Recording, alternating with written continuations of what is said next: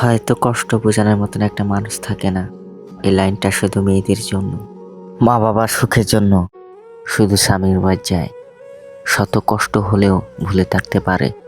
শাশুড়ি যদি মায়ের মতন হয় তাহলে তো ভালো, আর যদি শাশুড়ি মায়ের মতন না হয়, হাজার অত্যাচার করে, তারপরও মা বাবার সুখের জন্য সে সব কিছু ভুলে থাকতে পারে। সব কিছু অত্যাচার, কষ্ট, দুঃখ সব কিছু ভুলে শুধু মা বাবার জন্য সে ভুলে থাকতে পারে। হয়তো ভাই আমরা ভাবতে পারি যে মেয়েদের কোনো কষ্ট নাই, দুঃখ নাই। শুনেন ভাই, যদি শাশুড়ি মায়ের মতন হয় তাহলে তার জীবন সুখে শান্তিতে ভরে যায়। স্বামী যদি স্বামীর মতন হয় তাহলে তার জীবনটা সুখে শান্তিতে ভরে যায়। যদি শাশুড়ি মায়ের মতন না হয়, হাজার অত্যাচার করে, তাহলে সেই মেয়েটা কিভাবে সুখে শান্তিতে থাকতে পারে? মা বাবা তাকে বুঝতে পারে না, অবহেলা করে, তাহলে সেই মেয়ের কষ্টের কথা কার কাছে বলবো? শুনেন, আজকে এটা শুধু গল্প না এবং কোনো কাহিনী না, এটা একটা বাস্তব ঘটনা, হাজার হাজার দেশের মধ্যে ঘটতেছে।